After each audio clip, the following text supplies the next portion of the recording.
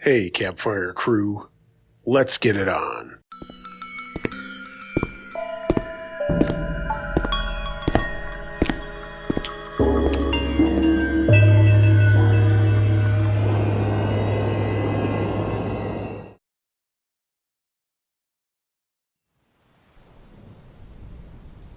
Creepy Man Chased Me and My Friend by Shark Teeth.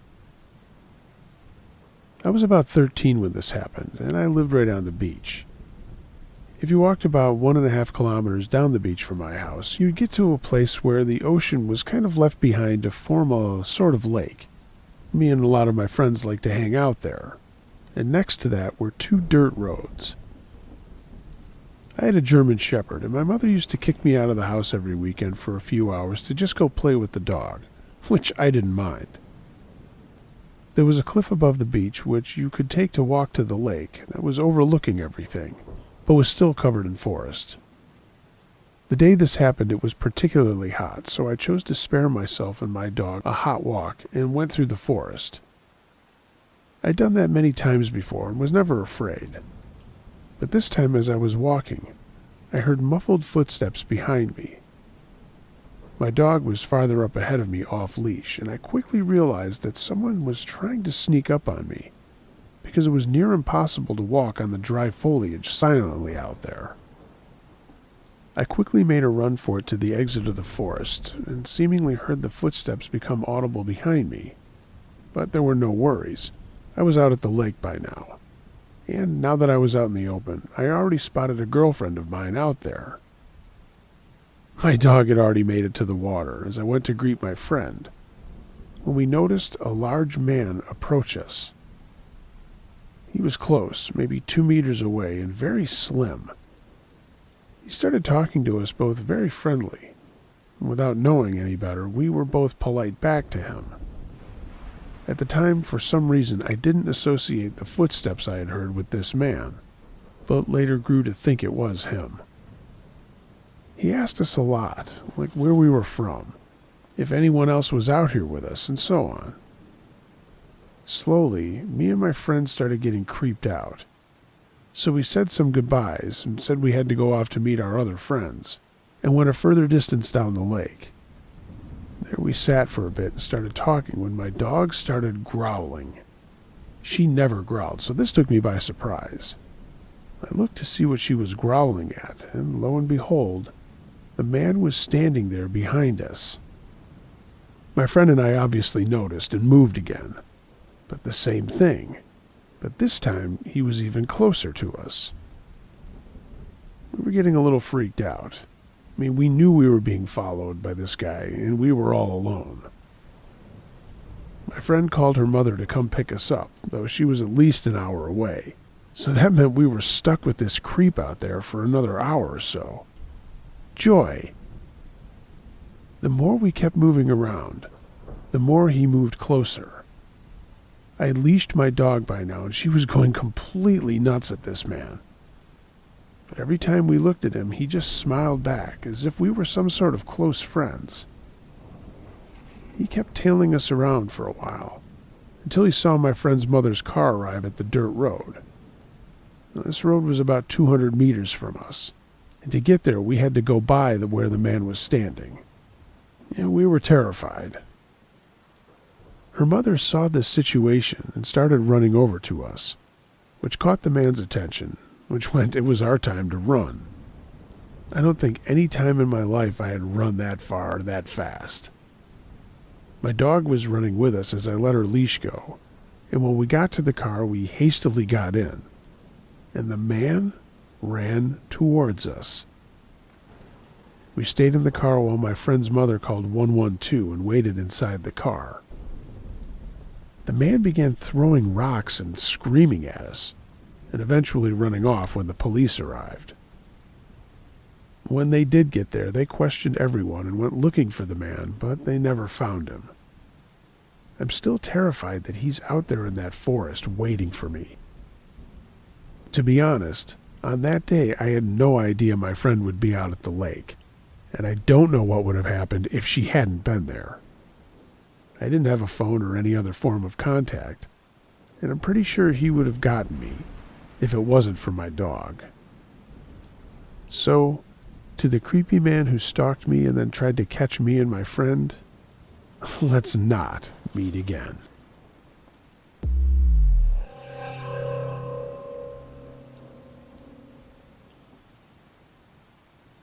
My experience with Gore Orphanage by specific occasion. This is a true story that happened about a week ago to my girlfriend and I. A little over a week ago, my girlfriend and I went to Cedar Point in Sandusky, Ohio for a 4-day vacation to experience their Halloween weekends. We are both avid fans of horror and thrill rides, so it seemed like the perfect little vacation to get away from our daily lives and get our adrenaline fix. Unfortunately for us, we aren't the luckiest and would end up picking probably the worst weekend to go. The park had broken records that weekend for the highest foot traffic, with most of the better rides having wait times of well over 2 hours. So it came down to us to try and figure out something else to do outside of the park, as we didn't want to wait that long for such a short roller coaster ride.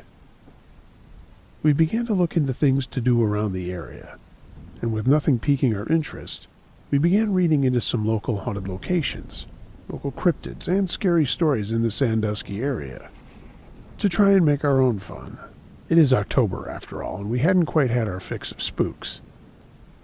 For context, we both heavily believe in ghosts and spirits, and have toyed with the idea of going ghost hunting as a hobby in the past, or even make YouTube content. We have also both had real-life ghost encounters, seeing shadow figures on the road, doors closing on their own, strange technology manipulation, those kinds of things. So, we are both firm believers in spirits. We came across a very infamous location in the Vermilion, Ohio area called Gore Orphanage after a little digging. The name sufficiently piqued our interest, but as we read more, we found a lot of really tragic history surrounding the location. As the story goes, there was a mansion in that area which, after the tragic death of 2 people, was repurposed into an orphanage for children. That orphanage, which was founded in the early 1900s, was infamous for child neglect. It was also reported that children were abused there. Supposedly, they would cook food for the children in the same pot as they would boil used soiled underwear. The rooms the children were kept in were filthy and often infested with rats, and leather strap beatings were not uncommon. It's also rumored that the orphanage burned down, and the children were trapped inside along with some staff members who were all killed. Some locals say the story of Gore Orphanage is confused with the Collinwood disaster, which is an elementary school that also burned down, where 176 elementary school students burned to death. That happened about 40 miles away. As we dug a little deeper into the area, we found many different stories that concerned us a bit. One person claimed that they encountered a satanic cult with his friends when exploring the area at night. There was also a murder in that area of an elderly woman who was hanged in the woods by Gore Orphanage. We even read a story connecting the bridge that leads into Gore Orphanage Road, where a woman supposedly threw her newborn baby into the water and watched as he drowned to death. You can sometimes hear the baby crying if you stand on the bridge, so much so that it has been nicknamed Crybaby Bridge.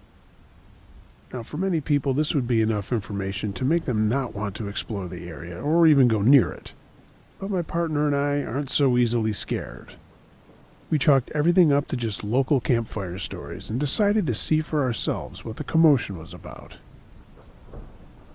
We had originally planned to go after dark, but decided to go just before dusk after reading that people were getting in trouble for going at night with the police, due to some drug and other suspicious activity in the area.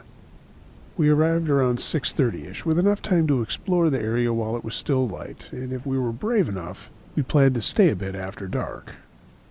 Right before the bridge leading to Gore Orphanage Road, there's a little turn-off spot where you can park. So we parked there and made the half-mile hike to the ruins in case we had any experiences on the bridge or on the road leading up to the orphanage location. We got out and locked the car behind us. We started to walk across the graffiti-covered metal bridge. We went slowly to see if we could hear any crying or see any other haunted signs. But we didn't, so we kept walking. For everyone at home, I'll try to paint a picture of what walking down this road is like. On the left side is a steep embankment covered in trees, and on the right is a cornfield, your pretty standard American country back road. As we began to get closer to the location where the orphanage was, we started to notice the distinct smell of fire. However, upon looking, we didn't see any signs of a campfire anywhere, like smoke or flickering light. We found that a little bizarre. We both commented to each other about how strange it was, and I made some goofy comment to my girlfriend about, hey, maybe it's the cultists coming to get us in an attempt to scare her. As we were walking, a truck passed us, which scared us a little as we expected to be the only ones out there.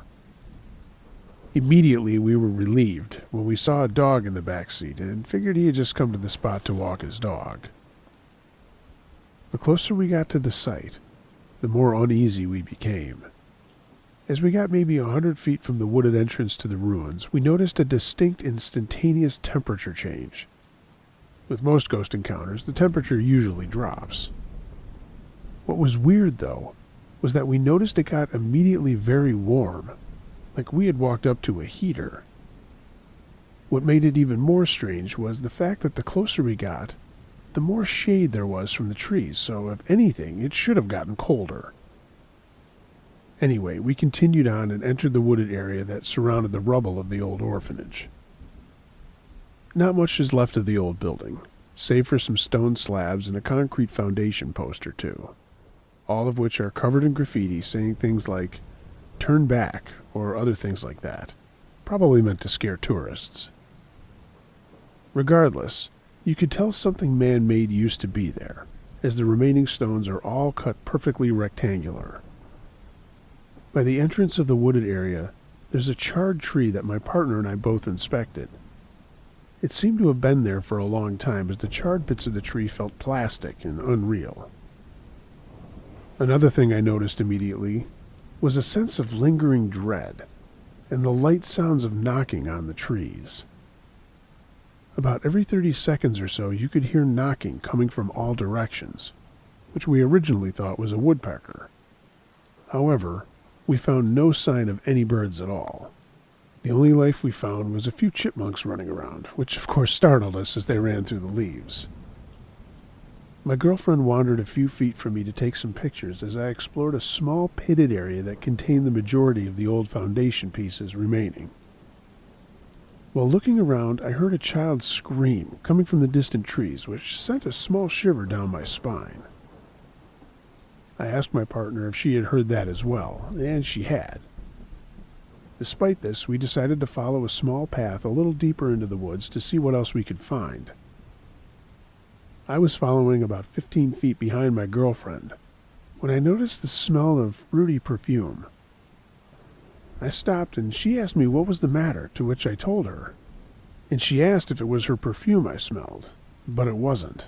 I know how my partner smells, and this smelled more like what a little girl would wear. It was also very strong, as if someone had sprayed it right in front of me. As we kept walking, I smelled it again, and this uneasy feeling began to feel overwhelming the farther we went on the path. After about 2 or 3 minutes, we came to the end of the path and noticed a few more man-made stones that I decided to check out. My girlfriend stayed up on the path and observed from above as I reported what I found to her. As I turned to look back to look at her, I noticed a sound coming from right behind her that made my hair stand on edge.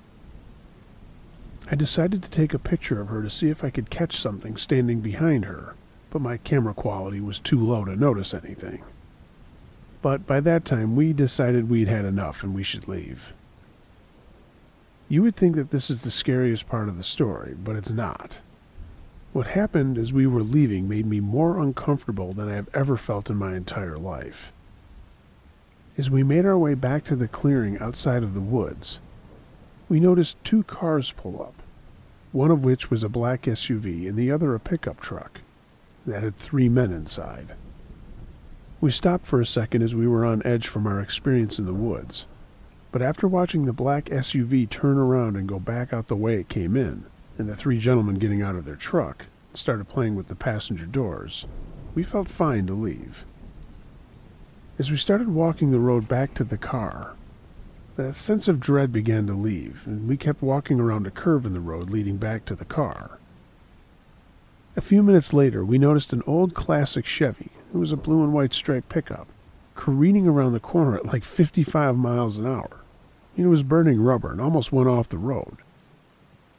The truck approached us, and the guy rolled down his window and commented to me about how he almost made a mistake there. And then he laughed. As a socially awkward guy, I made an awkward, uncomfortable laugh back and kept walking. I thought nothing of this at first, and maybe it was just some drunk redneck seeking approval for his cool drift he attempted.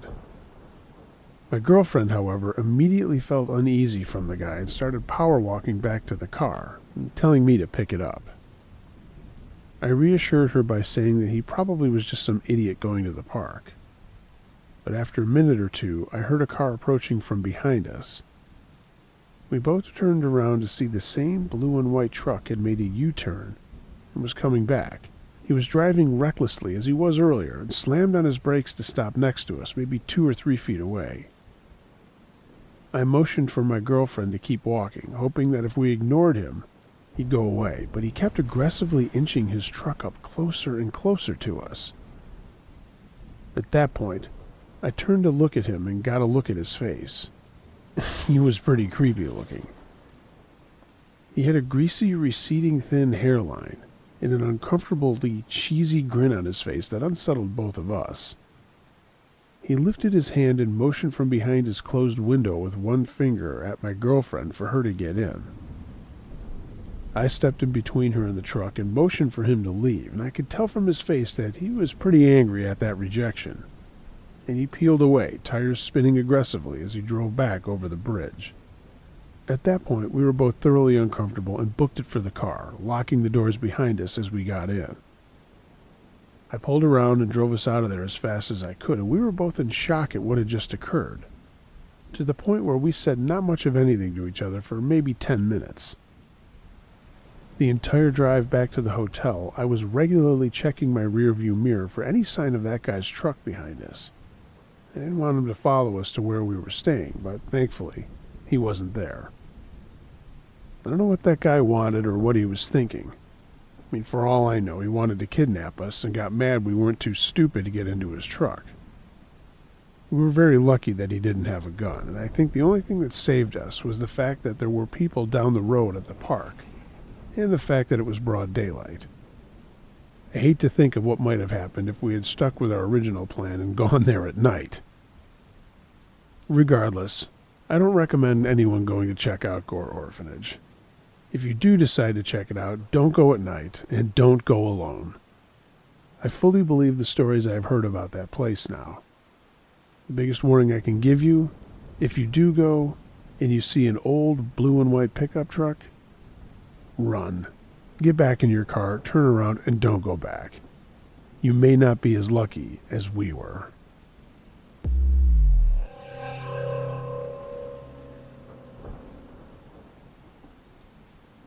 Out of the Fog, submitted by Brissa H.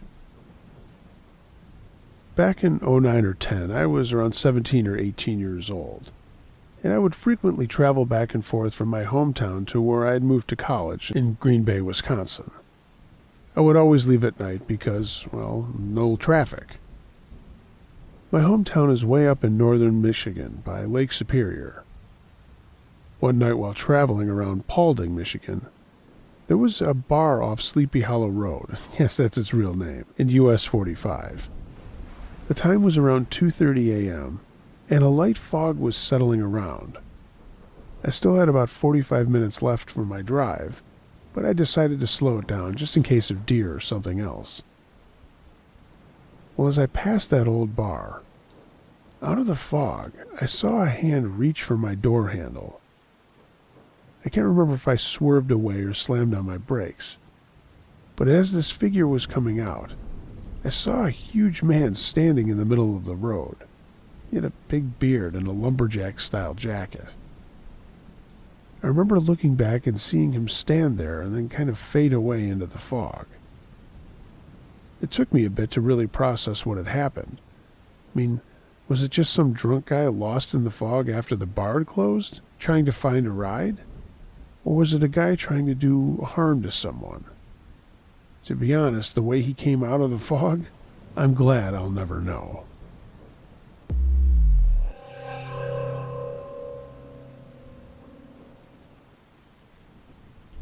Thought We Had Only One Ghost by Spider on the Wall. Halloween's coming up and had me thinking about a story from when I was younger, and I guess I sort of forgot about until recently. For some context, I grew up in a rented house that had farmland. The owner of the land came over often as he had a home on the property that he considered a sort of vacation home. He liked me and my sister and let us run around on the property without issues, and even let us into the barn as long as we didn't mess around with anything. We went in and out of the barn from time to time playing hide and seek and such until we started hearing weird noises. My sister was fairly young, and I was a jerk older sister that liked to scare her, so I told her that there was a ghost there. She pretty much refused to go in the barn after that, at least for a couple of years. To be fair, I did think there was a ghost on the property. Sometimes weird things happened without any explanation, like our dog would bark at nothing. The chickens would get spooked randomly, and doors opening and shutting on their own. Especially this one gate that had a specific type of latch that most of my friends had a hard time figuring out how to open when they came over. To say the least, it just didn't push open. My mom always calls them angels and demons. She's pretty religious, so she refused to call anything a ghost. I just called it our ghost.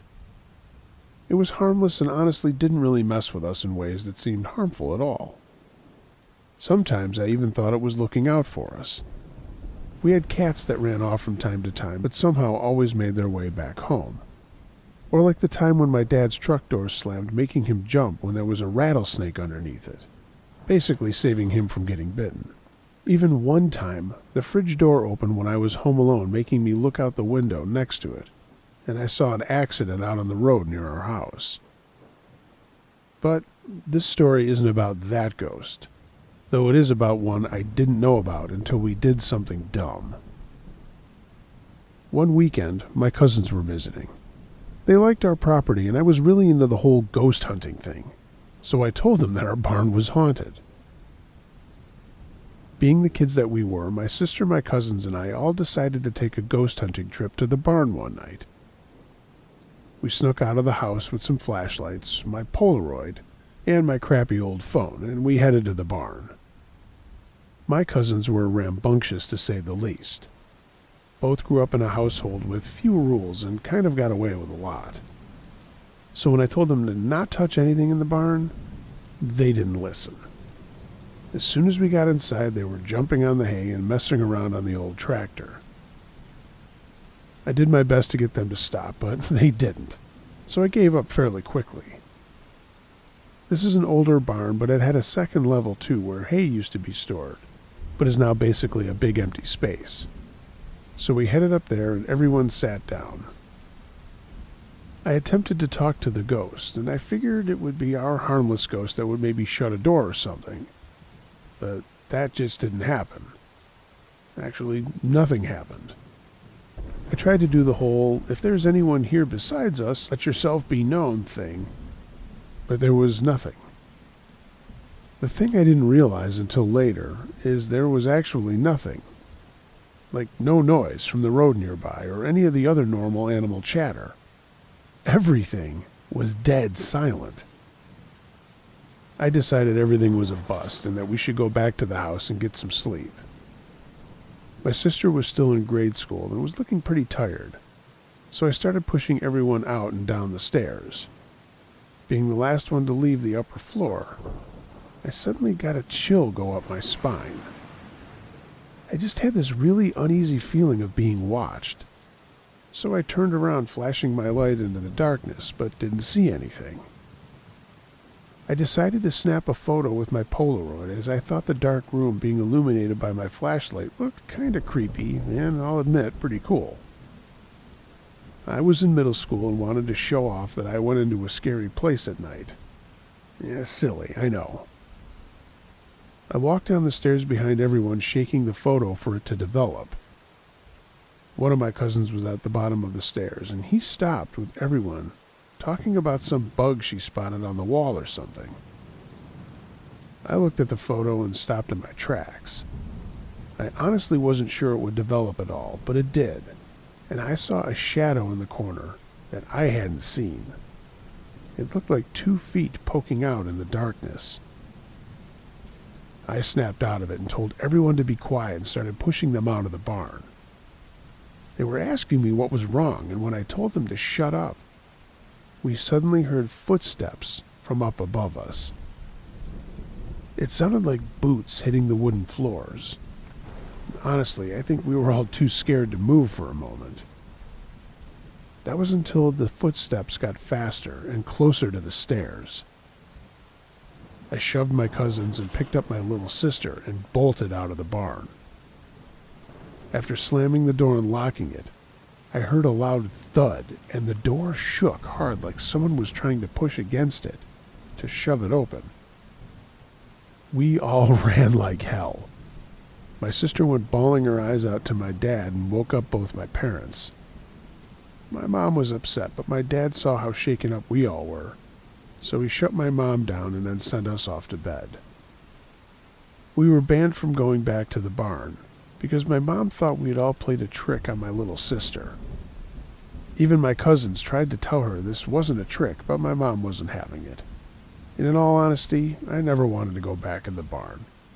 Whatever was in there didn't like guests touching its stuff. And it was clear now that we were no longer welcome out there. I honestly have no idea what I encountered, but I know now that there is something else on that farm, and it feels a little evil. I don't know why, but I just had this feeling that if I ever stepped foot in there again, I would end up hurt or worse. I did take my senior photos outside of the barn, and even that felt like being too close.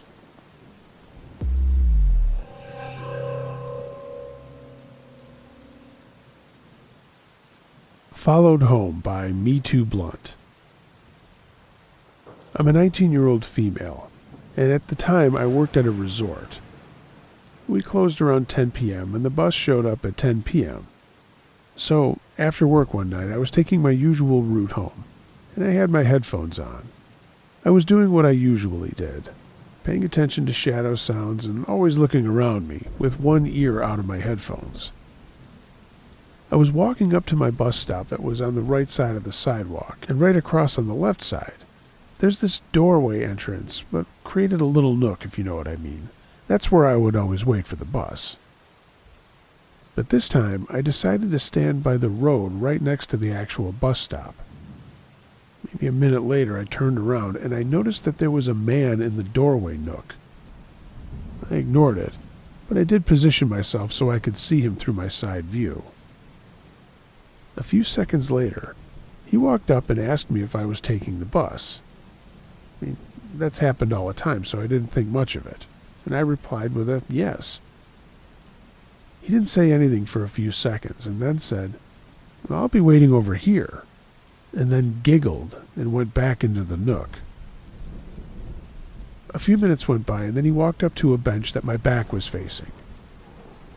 I repositioned myself again, and in the corner of my eyes, I could see him unzip his bag, slip a pocket knife up his sleeve, and then walk back into that nook. At that point, I decided to move in front of the bus stop along the curb, so my back was facing everything but him. He saw that I had moved and walked past me and tried to go around the actual bus stop and then walk right up behind me. As he was behind me, maybe 4 feet away, I spun around and stared at him.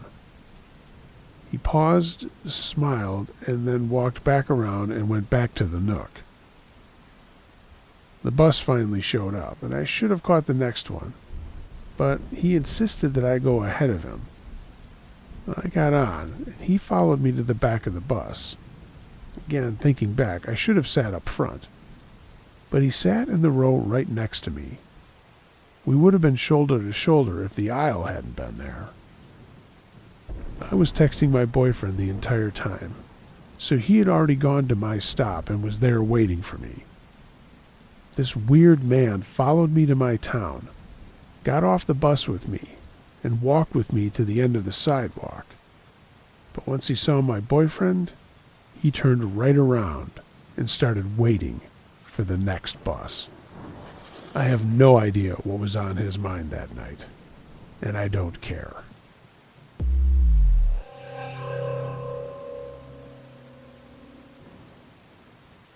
An Unfortunate Encounter by Queen Jen. This happened in August of 2024. I'm not even sure if it counts as a scary story, but for me, it definitely was. Part of why I want to tell this story is to warn women to never walk home alone at night, because you never know who you'll run into and what intentions that person might have. Let me start by saying, I was very lucky when this happened, despite it all. I spent the evening with some close friends of mine, hanging out at my place at first, drinking some beer and having a good time. Later that evening, we went to a local bar downtown, and we drank, danced, and laughed, sang some karaoke, and basically just had the best night of our lives. It's sad that my memory of that night got sullied by what happened on my way home. The bar closed at 2 a.m., and after we had sung the last song for the night with the host of the karaoke night, my friend said she could walk me halfway home, and then we would part ways at the local high school because we would be going in opposite directions from there. I was fine with that. I'd never been afraid to walk home at night because why would anything ever happen to me? We walked together, and at the school we parted ways just like we planned. We thanked each other for an amazing night, and I walked across the park right outside of the school towards the big entrance where I would turn right. As I got closer to that turn, I noticed someone coming up behind me on a bike. I didn't think much of it, but thought it was strange since he didn't pass me even though he should have been a lot faster than me, seeing as he was on a bike. I tried calling a friend, mostly because I felt social from being drunk and wanted someone to talk to, but he didn't pick up. Just as I was about to turn right by the entrance, the guy behind me parked his bike and ran up to me. He basically jumped in front of me and said hi. I got a bit startled at first, but did greet him back. The first thing I noticed was his dark, smooth skin and his big smile. He had a kind face and looked quite young. He asked for my name and told me his. I was just being friendly and social as I had been affected by the alcohol. He didn't seem threatening in any way with his kind demeanor, slim body, and that bright smile. I asked him which way he was going, and since we were going the same way, I told him that he could keep me company until we had to part. He agreed. He grabbed his bike and walked next to me and asked how old I was. I told him that I had just turned 30, and he seemed a bit surprised by that. And I asked his age, and he said 20. We small-talked a little about what we had done earlier that evening and stuff like that. And eventually, he asked for my number, but I refused to give it to him. I told him I didn't feel comfortable giving my number to strangers, but I could add him on Facebook. He asked me to give him my phone as I opened the app. Then he searched for his name and pressed Add Friend. After he did so, he said, "You're never going to write to me, though." I promised him I would, but he kept saying that I wouldn't. I couldn't help but feel he was acting a little bit pathetic, and he was starting to make me a bit uncomfortable. We had walked together for about 10 minutes or less when we were about to part ways. I was going left and he was going straight. I said, "It was nice to meet you and talk for a bit. Have a good night." Then I turned around to walk home. He said, "Hey, come on, give me a hug." I was uncomfortable, but I agreed. One hug. I could manage that. But as soon as I gave him that hug, he grabbed me tight and held me as if we were a couple. I tried to push him away while smiling awkwardly and said, "I have to go." But he grabbed me even tighter and pressed his lips against mine. I pushed him away and told him, "I don't want to do this. I have a boyfriend." He stepped back and looked at the ground with a frown, as if to make me feel sorry for him. And once again, I couldn't help but think he was acting pathetic. My memory is a bit blurry about how everything went down exactly after this, but I'm pretty sure I said something about going home again before he grabbed me once more. This time he held one hand behind my back and the other at the back of my head, forcibly making out with me. I tried to push him away with both my hands, but he was surprisingly strong. He begged, "Please kiss me back. Why won't you kiss me back?" I said, "Because I don't want to. Like I said, I have a boyfriend and I just want to go home." And then he said, "But I love you. Don't you love me?" I started to wonder how this guy's brain was wired. I said, "No, I love my boyfriend, and I don't even know you. You don't know me either, so you can't possibly love me." He replied that he did know me, and that he did love me. He kept making out with my closed mouth forcefully and pushed me against a fence, where he proceeded to fondle me in ways you should never do without consent. I just wanted to get away, but he was stronger than me. I wish I could have done more, but for some reason I couldn't. I didn't kick him in the nuts or punch him in the face. I just kept trying to push him away or break free from his grip, even though it clearly didn't work. I asked him to stop, and eventually he let me go, and I started walking away from him, but he walked after me. I told him to stop, and he asked if I had a cigarette. He said if I had one, smoke one with him. Then I could go home and he would leave me alone. So I agreed. In my drunken state of mind, I guess I wasn't as scared as I would have been if I had been sober. He walked up to me again, and I told him to keep his distance. He stood close to me still, but at least at this point he wasn't touching me. I lit a cigarette and gave it to him, but he told me he didn't smoke. I was honestly just annoyed at this point. So I put the cigarette in my mouth and said, "Well, I'm going home now. Have a good night. Bye." Then I started walking. He walked behind me, and I turned around and said, "Stop following me. Just let me go home." He asked if he could come with me to my place, and I almost exploded. I mean, how dumb could someone be? I obviously said no, and he asked why. I just replied, "Because I don't want you at my place." Then he started whining again about how I was going to ignore his messages if he contacted me. I said I promised to reply if he messaged me, hoping he would leave me alone if he thought we'd be in contact again. After a while, he ran up to me and begged for one last hug.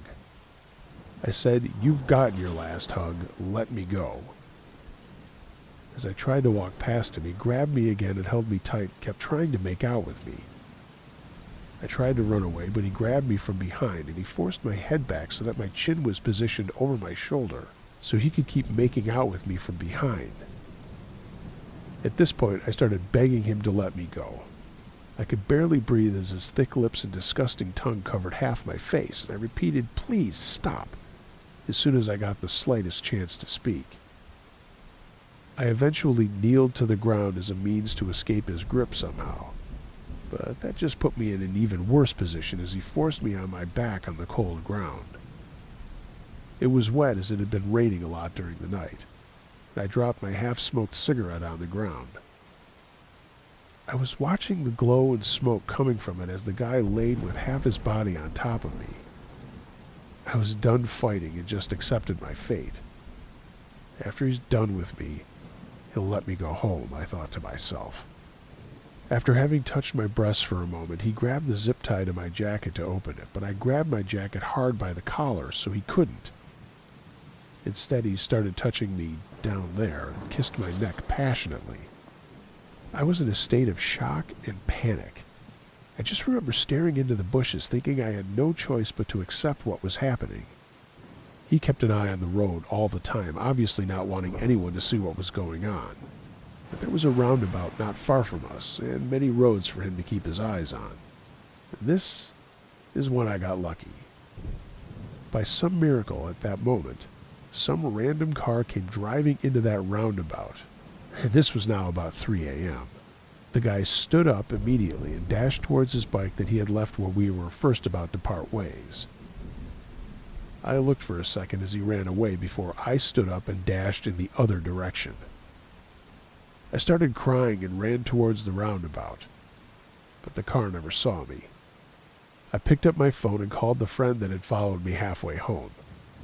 It took a minute for me to calm down enough for her to even understand what I was saying. On my way home, I told her about the whole situation, and she was devastated to hear what had happened. She told me to call the cops as soon as I was inside my apartment, which I did. The case is currently ongoing as I write this.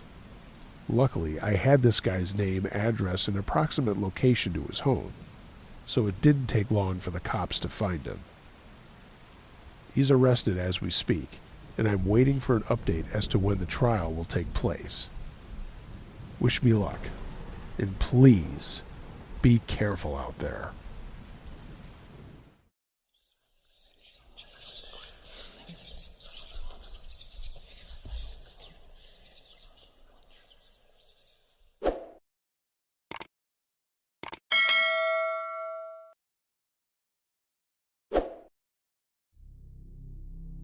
Hey gang, thanks for listening to this episode of Uncle Josh's True Scary Stories. If you have a true scary story of any nature that you'd like to hear narrated on this channel or my podcast, email it to unclejoshtruescarystories@gmail.com. I read them all. Hope everybody is getting as excited as I am for the Halloween extravaganza. That is coming out shortly, so stick around for that.